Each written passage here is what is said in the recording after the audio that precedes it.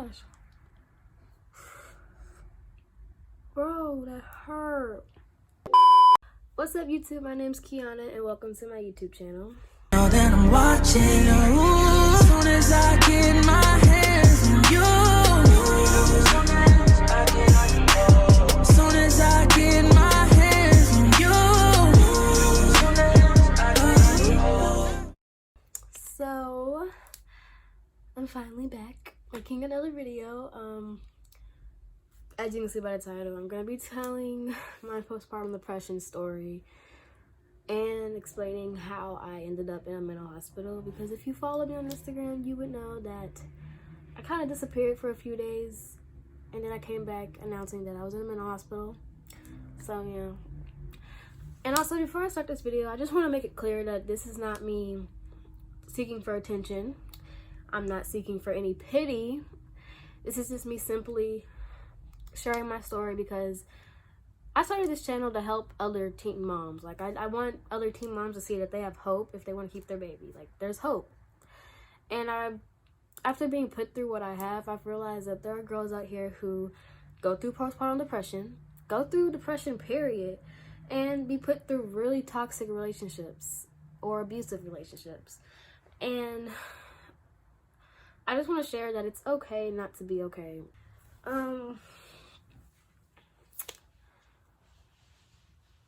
I don't even know where to start, to be honest. Again, another disclaimer, this is not me bashing this person. I'm not going to say any names. If you know who I'm talking about, good for you. I don't want you guys to use this information I'm giving y'all as a way to bash this person. I don't want y'all going to this person and saying anything to them, just because this video is me putting this behind me. After this video, it's put behind me, and I'm not going to hold on to it for any longer. Get your popcorn, because it's kind of a long story. Like, I can't believe I'm sitting in front of a camera really doing this. Like, this video is my bird. And when I publish this video, the bird's flying away. Like, I'm telling y'all, this whole situation is gonna be gone. I don't want this in my life no more. This is me letting it go. I'm not gonna say too much just because it's my business.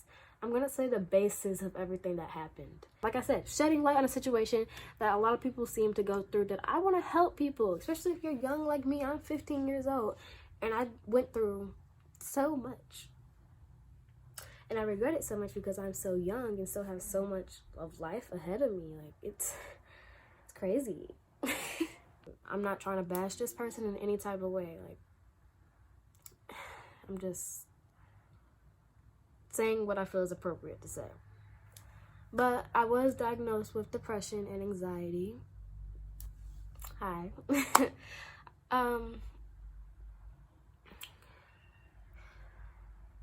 I was diagnosed with postpartum depression a few weeks before this whole depression thing happened. Like, my doctor diagnosed me with a mild case of postpartum depression because I was always down. I couldn't pick myself up. I couldn't do things that I love anymore. Like, I was just really sluggish. I don't know. Like, I was always crying. I was always comparing myself to others. I was always thinking that everything was my fault. And I was always getting on myself when, like, Summer cried, which, by the way, she's with my mom. But, like, whenever Summer would cry, I would always think it was my fault. Like, I was always taking everything personally. And I was just always really upset. So my doctor was like, I can see that you have a mild case of postpartum depression. We're going to get you a therapist and get this under control. But at the same time, you guys probably know that I've been in a really toxic relationship. I'm not in it anymore, and I'm definitely not going back. But if you follow me on Instagram, you know that I've been through it with this person. So I'm going to kind of start from the beginning, leading up to the mental hospital, because all this stuff, I feel as if, kind of just led me down this pathway of being sent to a mental hospital, because this person drove me crazy, literally. But let's see. It all starts when I was pregnant. This person cheated on me and had the nerve to FaceTime me right after they did it, just for them to get caught the next day. I didn't catch them. their parent did, and they told me that, you know, he cheated on me while I was pregnant holding their baby, and that's kind of where all this started. It rocked my world. I didn't handle it well at all. I I ended up going to the hospital like the next day, like the next morning. I got the news at like nighttime and ended up going to the hospital the next morning. Yeah, okay. But I was throwing up nonstop to the point where I was throwing up literally nothing. I was just gagging on air. I couldn't eat, I couldn't drink, and of course your baby needs nutrition. Your baby can't live without nutrition. And it was like I was kind of stripping my baby of all the nutrition they kind of had left by throwing everything up. So it got to the point where I realized I needed to go to the hospital because, for one, the baby was not getting any nutrition, and two, I wasn't feeling any movement. Like, this is when Summer, my daughter, if you didn't know, if you're new, she was starting to be really active in my stomach, so she wasn't moving as much as she did, and I had genuinely thought that I had lost my baby. And on top of the fact of me processing that I just got cheated on for the first time in my life, I had the thought of me losing my baby going through my head. So I was really just an emotional wreck. So I went to the hospital, and baby was okay. They picked up a heartbeat perfectly fine, and she was okay. They gave me some medicine, which didn't even really help me. Like, I left the hospital still throwing up. I still could not eat. I didn't eat for like 3 days. Like, I kind of forced myself to eat a few things, but they never stayed in my stomach. I kept throwing everything up. Because, like I said, the baby needs nutrition. But it's crazy what the human body can do when it's put under a large amount of stress. I was having really bad body aches. My body was numb almost. If you touched me, it was really painful. Like, my body was just not having it. Because, like, I had never been through something so traumatic. And I know cheating, everybody gets cheated on. I hate to say it, but, like, everybody is cheated on in your lifetime. It was so hard for me just because this was my first love. This was the first person I had ever actually fallen in love with. The person that I let take my virginity. The person who got me pregnant. And 3 months into knowing this person, I, like, kind of committed to him because, like, I decided I was going to keep the baby, stay with him, and raise his baby with him. Like, that's a lot of commitment at a young age. And I've only known him for, like, 3 months. So it was hard for me to realize that, like, he cheated on me. Like, he really went and did something with another girl behind my back while I was carrying his child. Like, it was hard for me to take in. And then I took him back because I was holding on to him. I wanted a family so bad. And I was having the hardest time just letting him go. It's a lot deeper when you have a baby with this person. He has a good way of manipulating me. He knows how to get to me. He knows how to lie and make me believe it. And that was kind of where all this, it's kind of how I got wrapped in this big hole with him. He had a way of looking me in the face, crying to me, actual tears, and just straight up lying to me. Telling me that he loved me, that he would never do this, that it was a mistake, that he could never do it again. It was all fake. Because that little thing down there that these boys have that means so much to them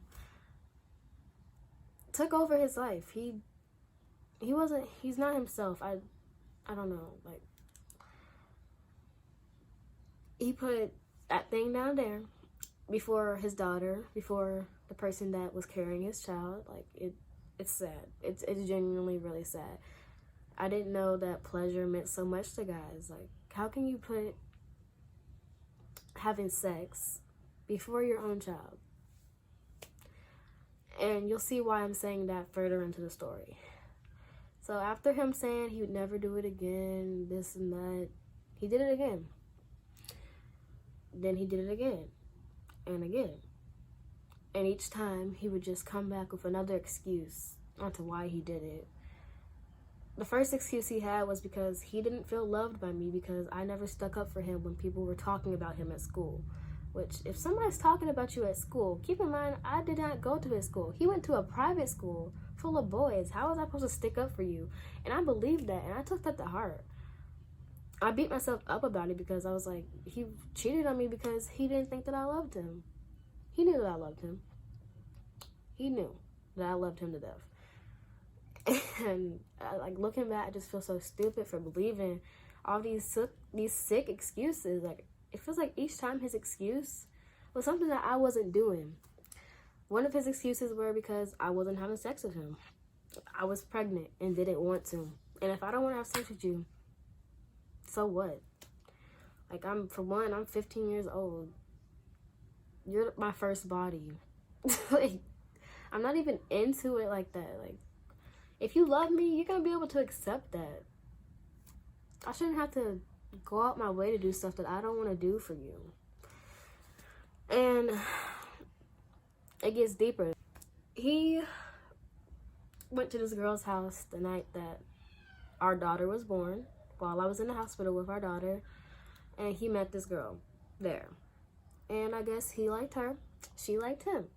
So I had my daughter July 9th. So fast forward to July 22nd, which is my birthday.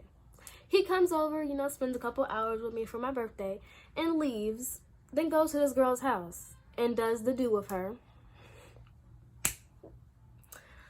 Okay. Like, you meet this girl the night our daughter was born, and then go decide you're gonna cheat on me on my birthday with this girl that you met the day our daughter was born. Like, it's hard to wrap your mind around that, because it's like, that's sick. Like, every time I would ask him about it, he would be like, it's not me. He would just be like, it's the lust getting to me. But if you can do that to somebody on their birthday and on the night that your daughter's born, you don't love them. And you never did. You don't care for them. You only care about yourself. And I had a hard time believing that, because I wanted a family, and I wanted my child's father in his life, in her life. I wanted my child's father in her life, and I wouldn't let that go. And he's so slick with his words that I just kept believing that he was sorry when he wasn't. He would say all the things that he did just to get me further in this hole so that he could go do whatever he wanted and just run over me. He would say things that a guy shouldn't say to their girlfriend, like saying that, you don't have this. But then when I cry about it, he'll be like, well, you shouldn't have took it that deep, or you shouldn't have asked. Like, how can you think about your girlfriend like this? Like, how can you sit here and say you love somebody while just almost bashing them for who they are? He knew I loved him, but he still claimed I didn't. He knew I was insecure about my body, but still compared me to other girls. When I found out he cheated, I saw a video in his phone of him and the girl on my birthday, and I asked him about it, and he made up a whole story about it being a girl that he met when we had broken up. And keep in mind, we had never broken up for like less than 3 days. But I believed it. I believed that it was actually some coworker that he met at work that he decided he was gonna go get his revenge out on me and slept with. But he claims that he felt so bad afterwards, and that he regretted it, and he made the story so believable when it was fake the whole time. And I didn't believe him, because your camera roll tells you the exact date that you take the video, and it said my birthday. And I was just like, I love him so much, I don't want to believe that he's lying. But in the back of my head, I knew he was lying to me. And I told him, if you're not lying to me, swear on your daughter's life that you didn't go cheat on me. And he looked me in the eyes while holding our daughter and said, I swear on Summer's life, I didn't cheat on you. He said that to me.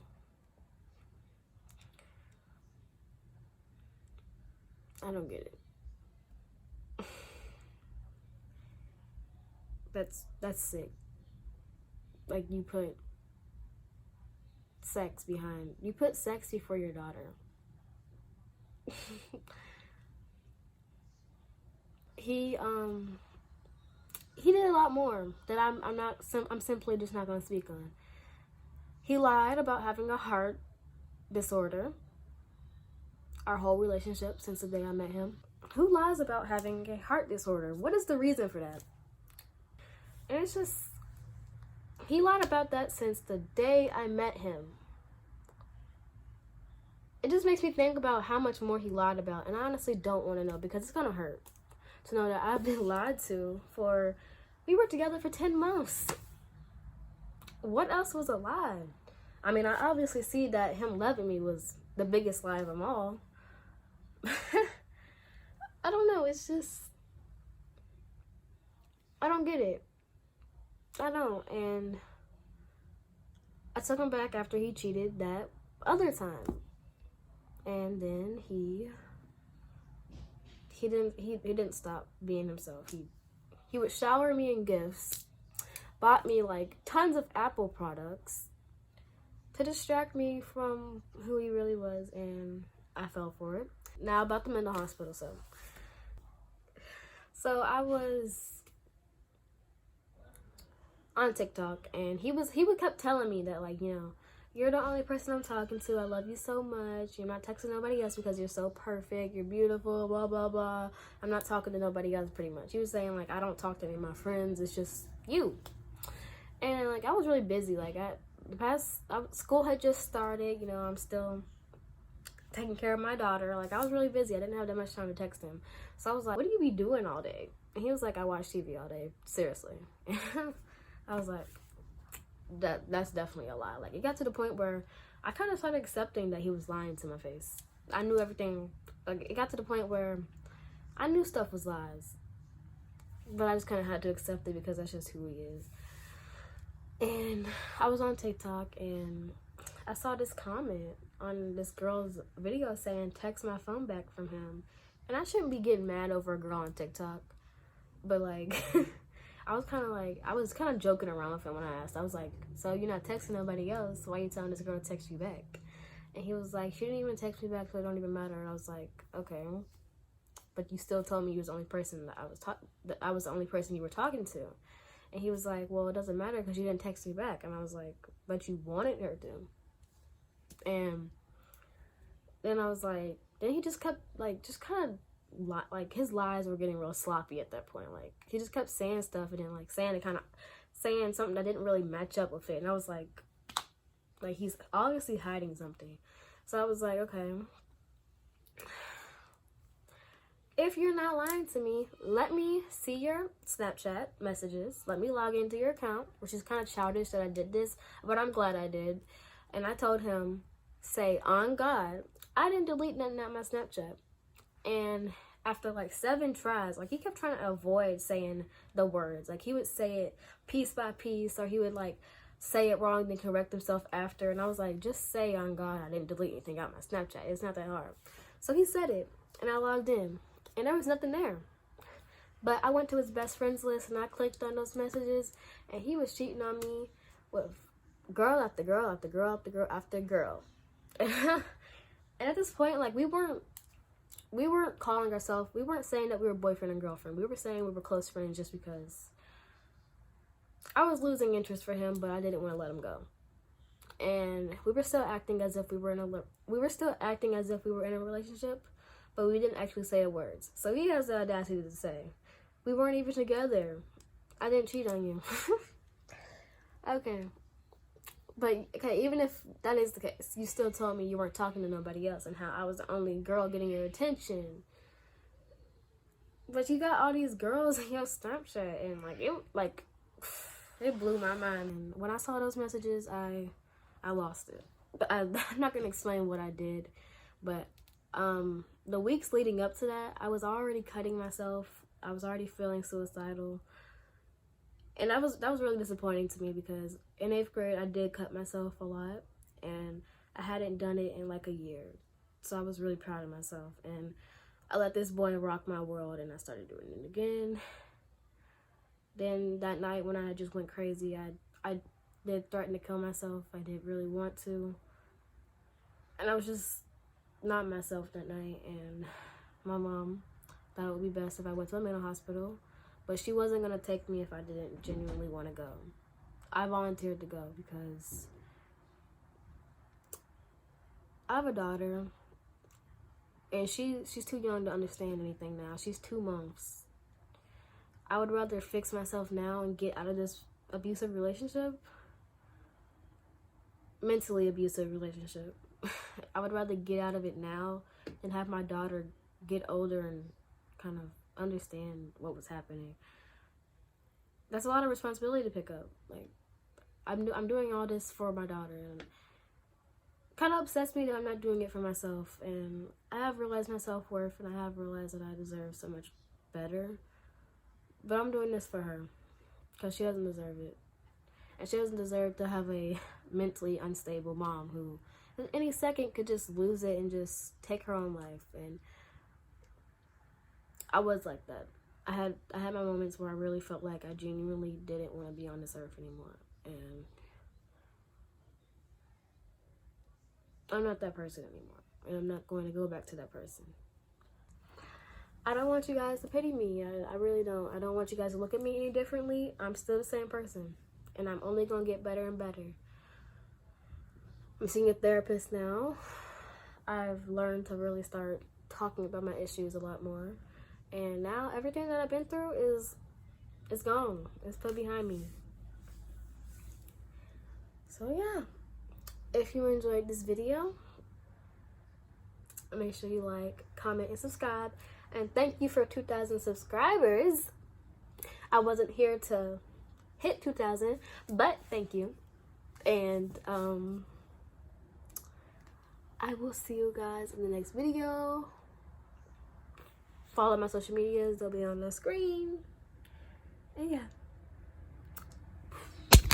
The lights, you know it's money everywhere. Part in my pockets, I had to drop it 'cause you there.